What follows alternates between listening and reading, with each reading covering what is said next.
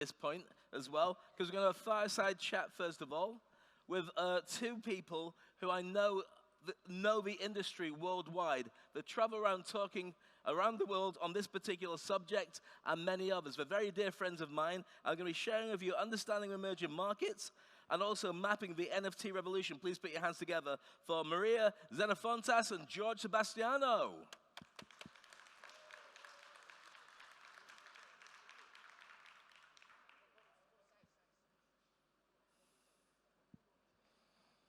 You can have any seat you want. We can play musical chairs and swap around with music at any point as well.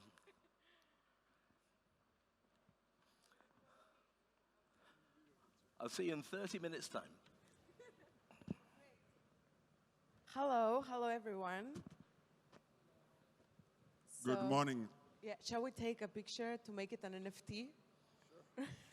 I think it's gonna be valuable anyway. And Absolutely. We mint it. Or we make a beat. I'll take. So that's just how easy you can make an NFT and sell it. Maybe it's gonna get sold. We're famous. Done. So, shall I introduce myself? My name is Maria. I'm in the industry since 2017. To make it short, I had an interview with a company it was an ICO, one of the biggest back then. And I didn't really know what is crypto. I was not really excited to get this job, but it was so exciting because it was a travel to Tokyo just 3 days after I got hired. So I went to Tokyo. I've seen all the hype about this token, and it was raised $112 million, I think. And I was like, wow, why all these people are getting so excited? What is this? So I decided to educate myself. I took courses, and I started learning about the technology, more about blockchain. I was not a technical person, but at the end I got it. And then I moved to cybersecurity with smart contracts, one of the biggest leading in the industry, Certic. And now I have my own agency, Femic Consultancy, where I work with different NFT projects, DeFi, etc. And I'm really excited with the NFTs. Like a year ago, I wouldn't be that much. But now I really get to understand the usability and the value of the NFTs. Not to invest, but what they can do for the better for us. Good morning. My name is Jorge Sebastiao.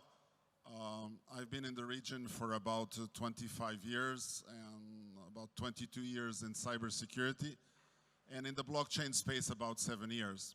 So it's a pleasure to welcome you all to Dubai and to the hospitality of Jason and TNC. It is important that we are actually in a very emerging group of technologies. Everything started almost 11 years ago with the Satoshi white paper and, of course, the birth of Bitcoin. But as you can see, Bitcoin, although it was a very powerful technology, it also had its own limitations. So a little bit about 4 years later, it was the birth of something called Ethereum. We can call it almost blockchain 2.0. With this birth of blockchain 2.0, we got introduced to something called smart contracts. And smart contracts really enabled or give life to blockchain by adding code that actually defines the relationship between the transfer of value. The actual first famous NFT project was something called CryptoKitties.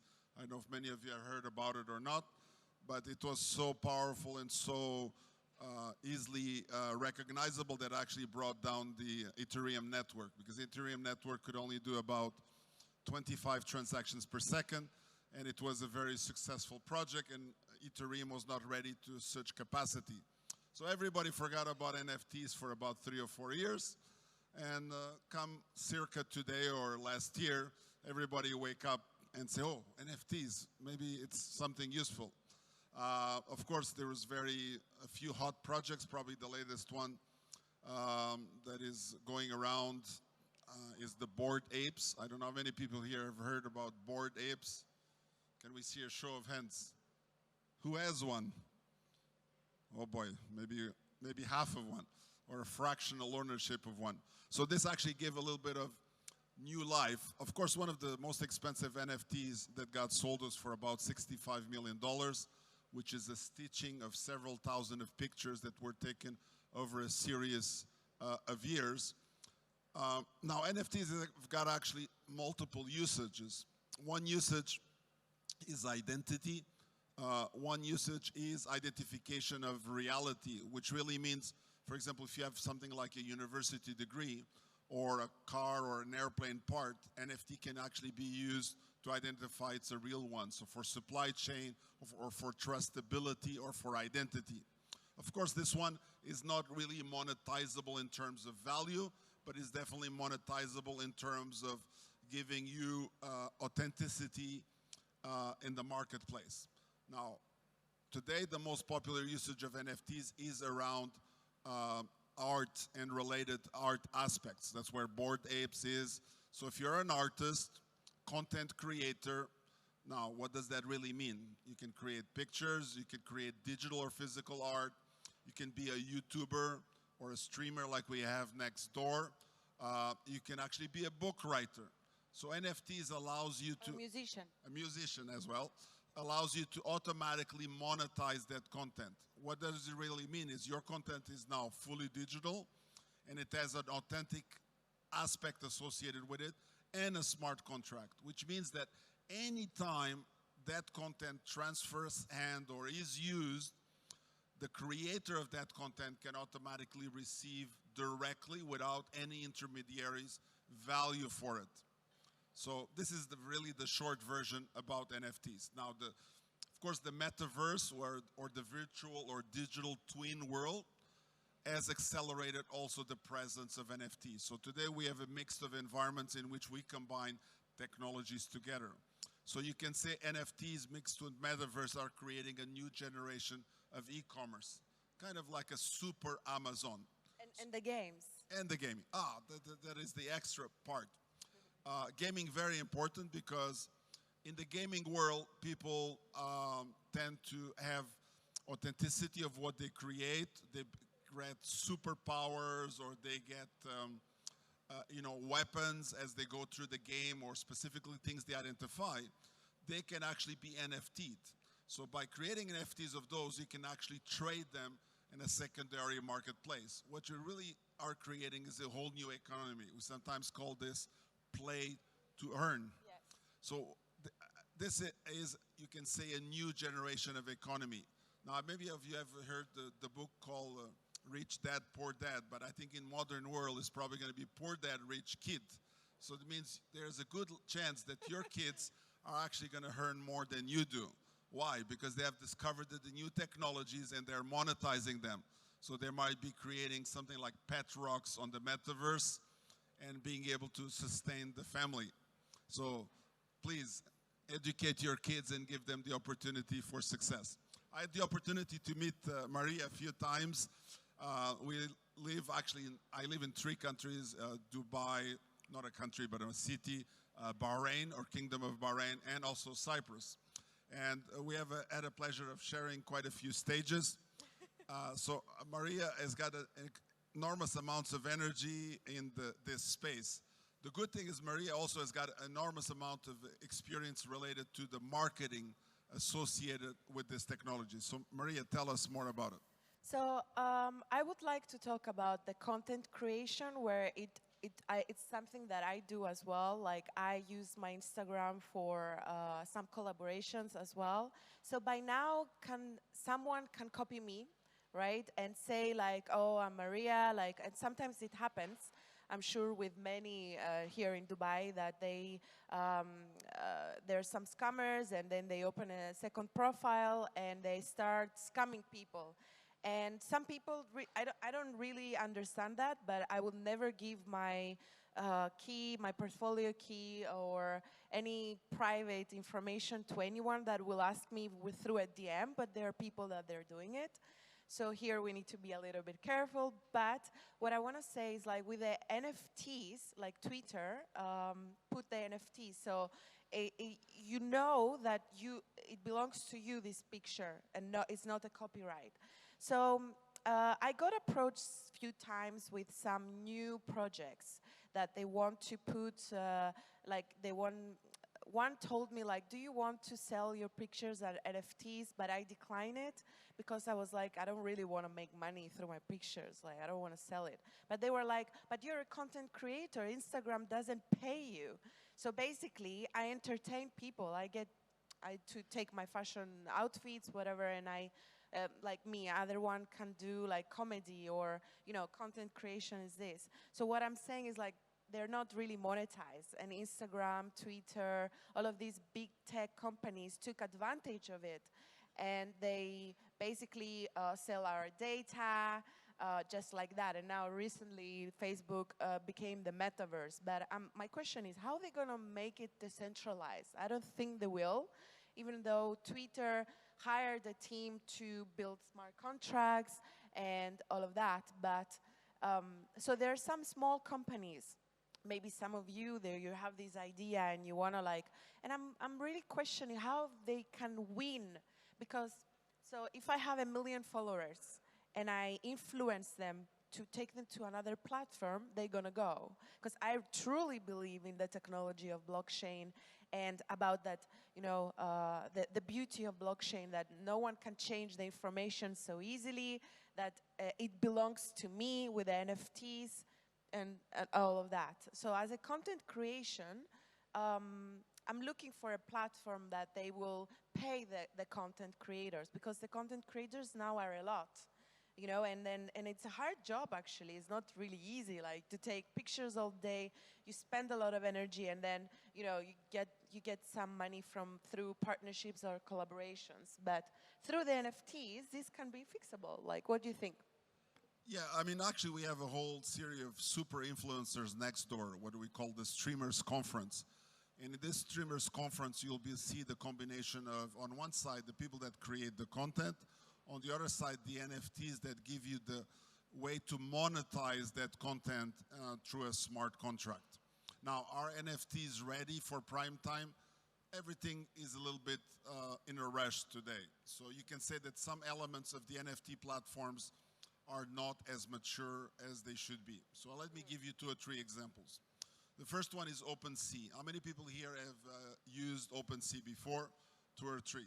There is good news and bad news. The good news is OpenSea is a very friendly platform similar to Amazon, allows you in a few clicks to actually put your NFT out there and get paid in Ethereum or other coins, mostly in Ethereum or Ethereum-like digital assets.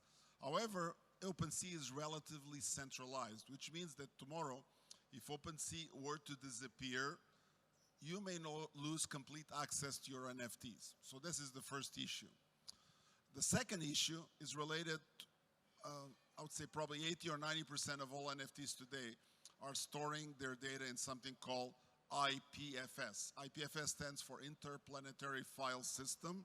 It's a parallel, decentralized way of storing your NFTs. But these NFTs are not on a blockchain. That means somebody has to actually post them on a server in a decentralized way, which means that if the NFT is not available, the only thing you have is a pointer to where the NFT should be. So these technical issues need to be fixed today. Now there's solutions out there. One of the solutions is actually here in the region, is a company called Trifold, which is a group of French smart creators.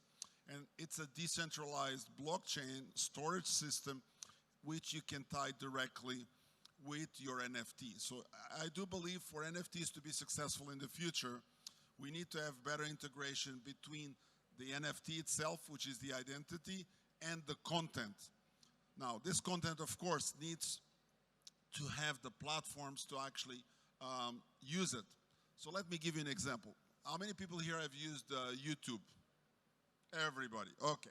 So today what happens when you have a YouTube music or a YouTube content that you have created? Who gets the money? It's basically Google, and you might get a very, very small percentage of that money. Come NFTs, you can be the creator. Let's assume, for example, let's say you are a DJ. You create a mix, and now you want to monetize it. So today you go on YouTube, chances are if you don't have more than 2 or 3 million followers, you will not get too many returns. With NFTs, this changes completely.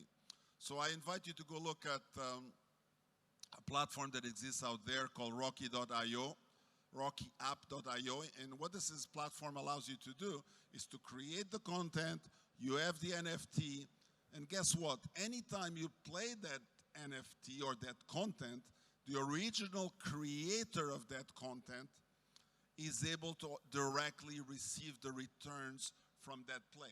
Now you can say maybe it's a few cents, maybe it's a few dirhams, but guess what? If that content gets played and it reaches 1 million of people, you get directly rewarded for that content. So there's no intermediaries between you and that content. And what's giving that power is two items. One is the NFT, which gives you rights to that content. And the second thing is the smart contract, which automates the distribution of the intellectual property rights associated with that content. So in that sense, the NFTs are actually creating a whole new economy.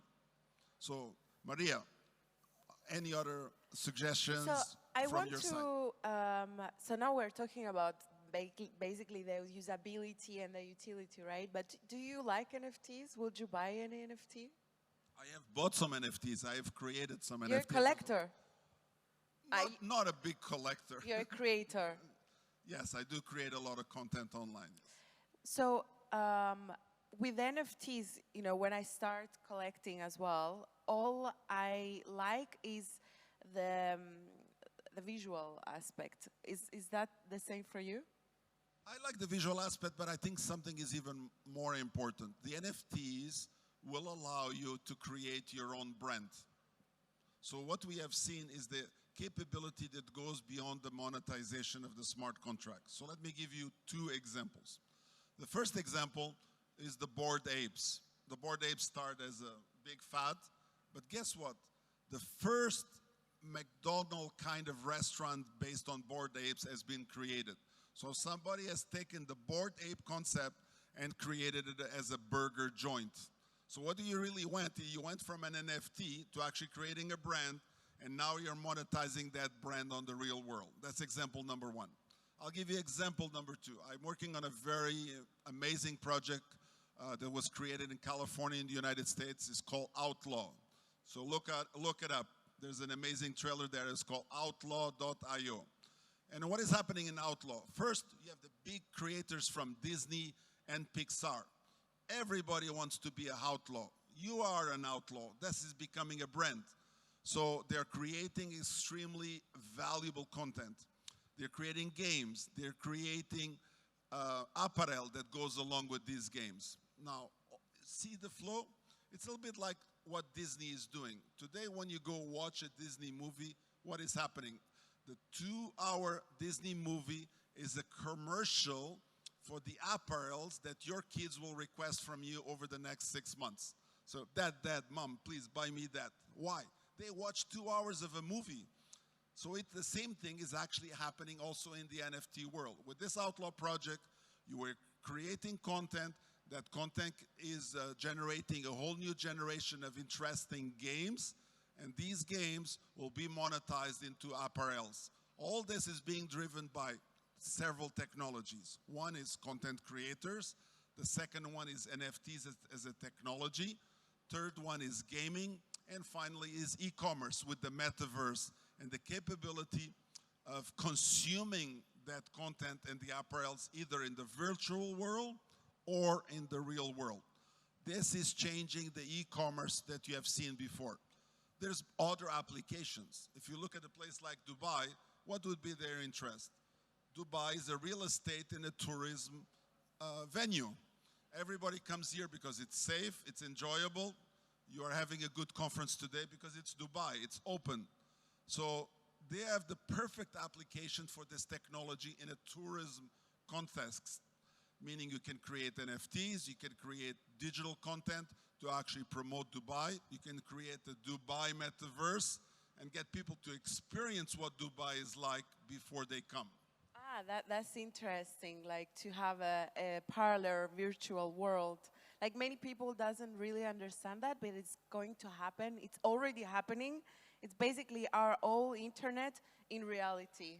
Like I am really excited for that. And then we will, it's already started, but we will buy clothes for our avatars in the metaverse. And those are NFTs, actually.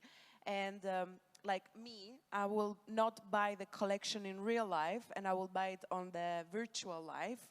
And then, in a way, I save the environment, right? I do, yeah. And it's also an advertisement. Many fashion industries, they're doing this. So what else can we say to be more valuable about the NFTs?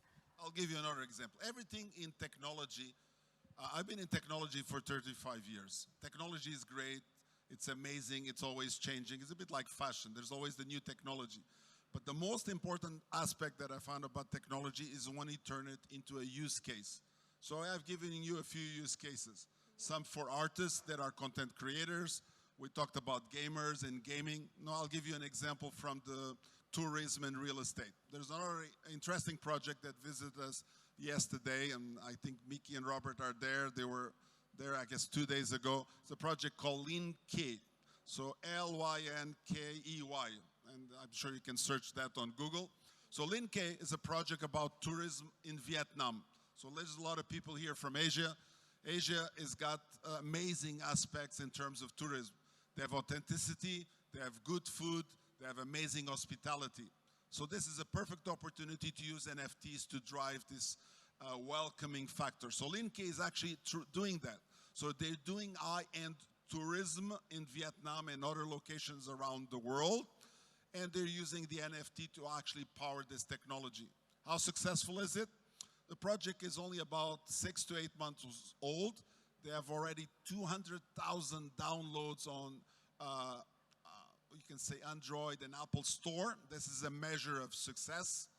And soon they will probably reach about 1 million downloads. Now, you have to understand, when you take the NFTs, you combine them with the existing technology, you create power. So what are they creating? They're creating an ecosystem for tourism. So the NFTs is the technology that powers it, but around it there is a whole ecosystem. So what is this ecosystem? It's a payment system, it's a metaverse, it's a travel booking, it's a tourism resorts, it's experiences. When you go to a resort, it's not just you sitting in the sun and baking in the sun. It's the things that you do around that resort. If we look, for example, here in Dubai, what are some of the experience that people can do? One is jump from the sky in the marina, or they can go on a zip line in Ras Al Khaimah. These are the things that create the complete tourism ecosystem. These are two. I don't think they do this when they come here, by the way. So what do? They go to the beach and they drink. Oh. Yeah. But they do much more than that. Actually, one thing, when I came to Dubai almost 25 years ago, there was a lot of sand, there was a few fishermen, there was, you can say, a big guitar in the middle of the desert called the Hard Rock Cafe, and there was Abu Dhabi. See what you have today? You have parks, you have lots of experience. So in the beginning, you could only spend maybe 1 day in Dubai and get amused. Today, you can probably spend a complete month in Dubai, and there is enough activities to keep you busy every day. So there's lots of amusement parks, there's amazing restaurants from around the world, some Michelin quality restaurants. So this creates experiences. Crypto cafes. Sorry? There's some crypto cafes. There's crypto, and by the way, there's a Metaverse Cafe. For those that go, yes, just next to Burj Khalifa. It got launched about 3 weeks ago. Ah, Metaverse Cafe. I knew about a Meta Terrace, like a rooftop. Even a That's correct. Ah, okay. Interesting. We will go. Ah, it's the place that they will do the virtual reality, and at the same time you will be there physically. Oh, yeah, that's interesting. So you have a lot of experience, so that's why I'm like learning you to people that you can learn from Jorge a lot. So tell us about, how do you think, like the question I did before, do you think social media can be decentralized? I believe that the technology that powers social media can be decentralized. Today, we have... Wait. So Twitter is American, right? That is correct. Instagram as well, Facebook, so they control everything. The information we put out, they influence us a lot from the day we wake up to the time we will sleep. We get influenced to a lot of information we consume, and then our buying behavior change based on that. How and those companies can be decentralized, how they can change influencing people, because they don't allow you to be free of speech. Like they will control what you put out, like... I understand what you're getting. The fact that these organizations are centralized, you're putting yourself at great risk. And we have some examples of that. As you know, there is kind of a political and physical war going on between Russia and Ukraine in the region. And of course, there is the casualties of war, which is very sad. But there's also the casualties of business, people that are not at all involved in the war, but just because they happen to be from one country or the other, are being penalized for that fact. So I'll give you an example that is extremely important to note. Many people that, how many people here have used Slack before? Okay, we have a whole bunch. So Slack is a very important social media aspect. It's almost like a social media environment for business. So what has happened to Slack in the last 1 month? People that had paid for that Slack from a Russian bank debit or credit card got their account suspended or deleted. Now, if this is powering your business, this is a big risk. That means one day you have a business, the next day you're looking at the sun. So that really means this is the importance of decentralization. I experienced it one day that Slack was not working. And it was like it stopped everything in the business. That is correct. So the decentralization for social media is extremely important. Are people working on solving this problem? Yes. One of the persons working on solving this problem is Crystal Brock Pierce, basically Brock Pierce's wife. How many people here have heard about Brock Pierce? Brock Pierce is an amazing American that was running for president. I actually had 2 friends running for president this year. One was the famous John McAfee, which is no longer with us, and of course Brock Pierce.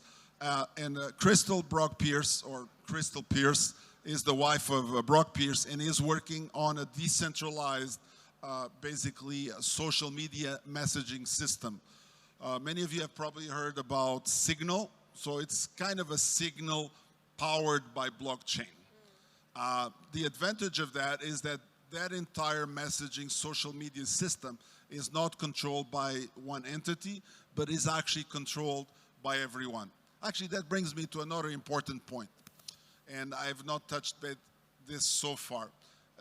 There's a term called DAO, or Decentralized Autonomous Organization. This also is important in the context of NFTs.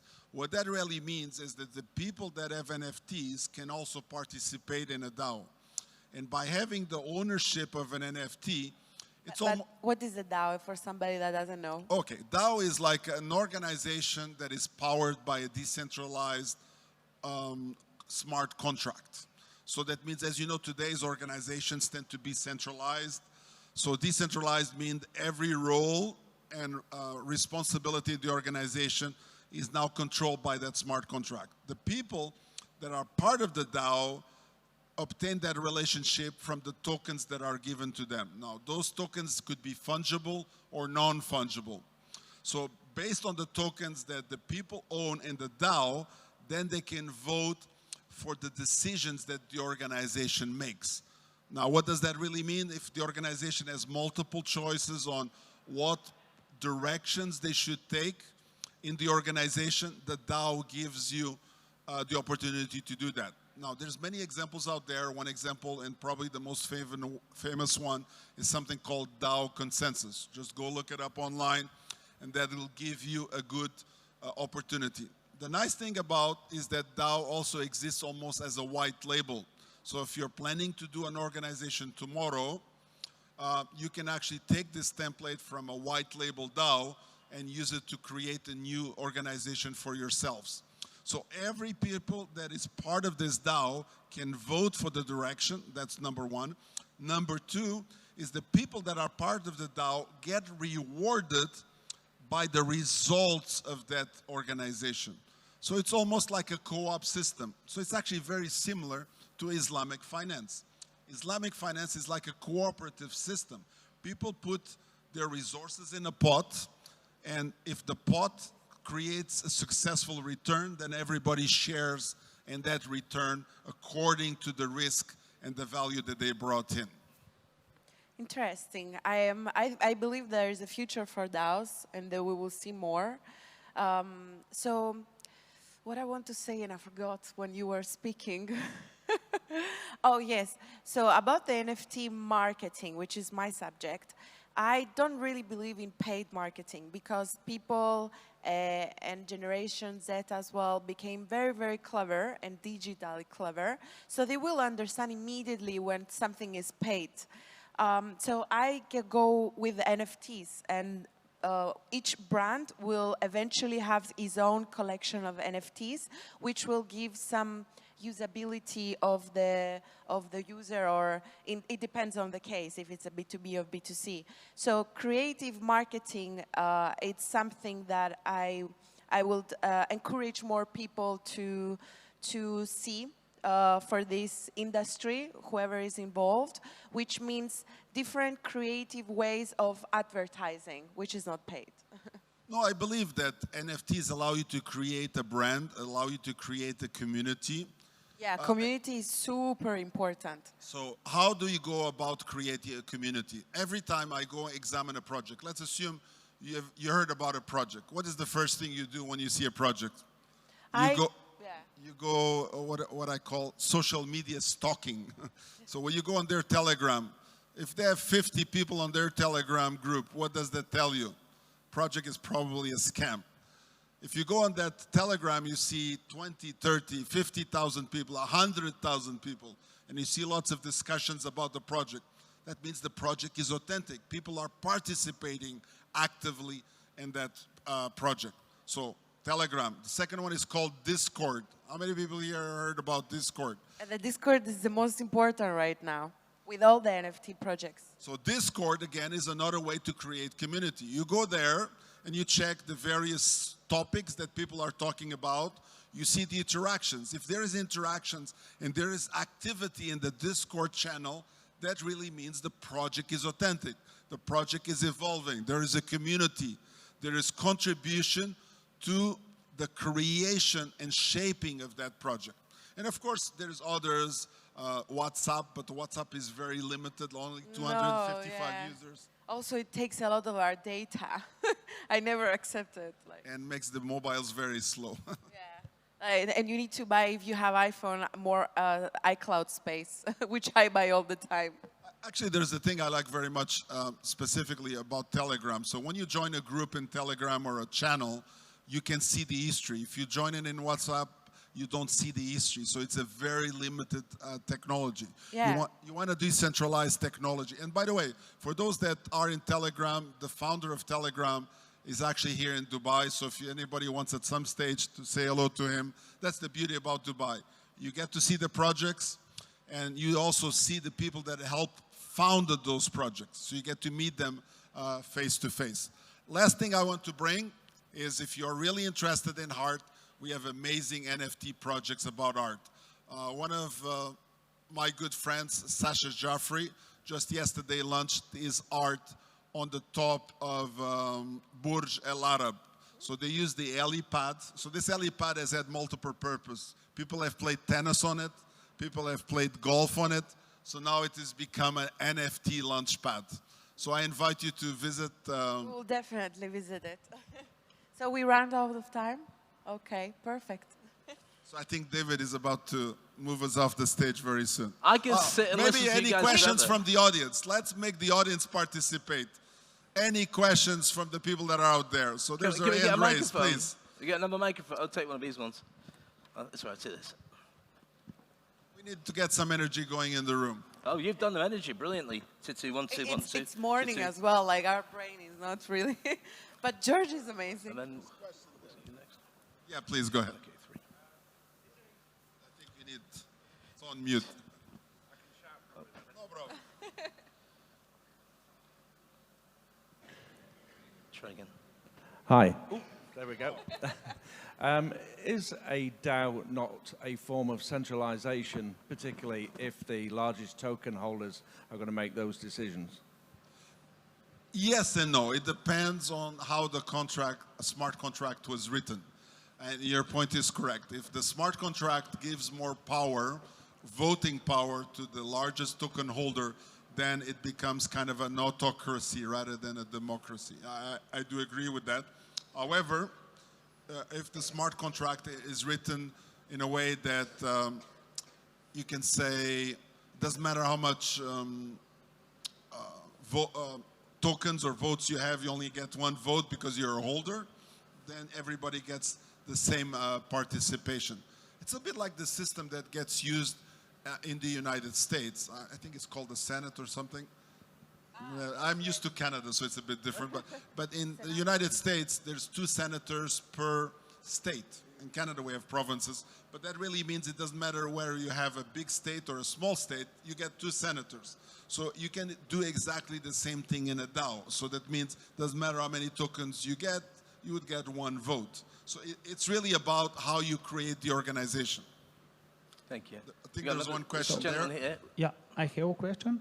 Yeah, please. You talk about the Vietnam application for tourism. Could you repeat the name of it? It's called LYNKEY. Lynkey. Okay. Lean is for link and key is for key. So it's link key. So it's an acronym that merges 2 things. But if you want, just look me up online. If you look me up online, you can see my Telegram easily, and I'll exchange with you any details. Or just after the talk, it's my pleasure to exchange with you the details about all these projects. Thank you. We are just here facilitating these projects. I have so far, over the last 7 years, done about 55 different projects. So I don't sleep much. It's been a very active time. But he doesn't mention the fact he's very rich as well, which is always nice to know. We've got a gentleman who's got a question for you here. Yeah, hi, good afternoon. You just talked about the Discord server and how to judge a project.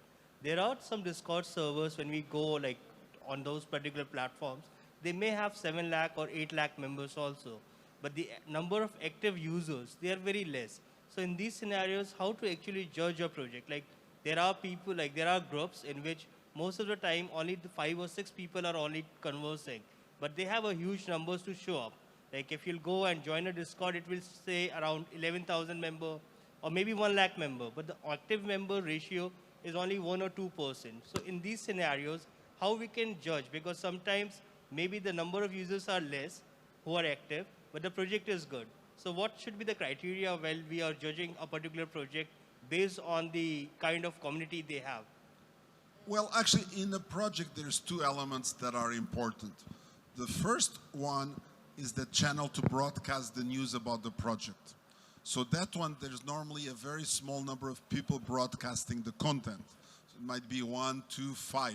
These are the people that are, it's almost like a press release scenario. They want to put out announcements.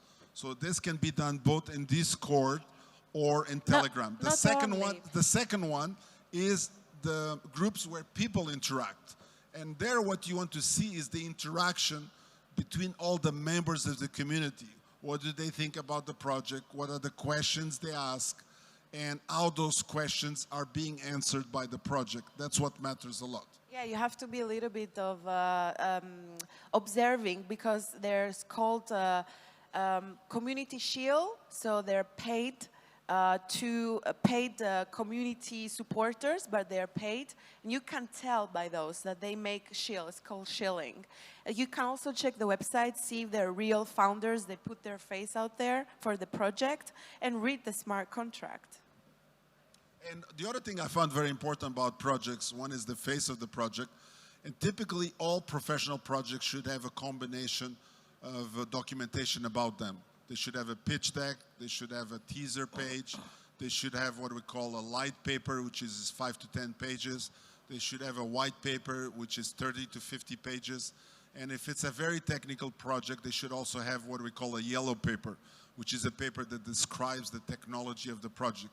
If some of those documents are missing, if there's a roadmap that looks just too ambitious, meaning they're doing everything, then you should always step back and say, they only have 5 people, how they can do all these, how they can achieve all these milestones.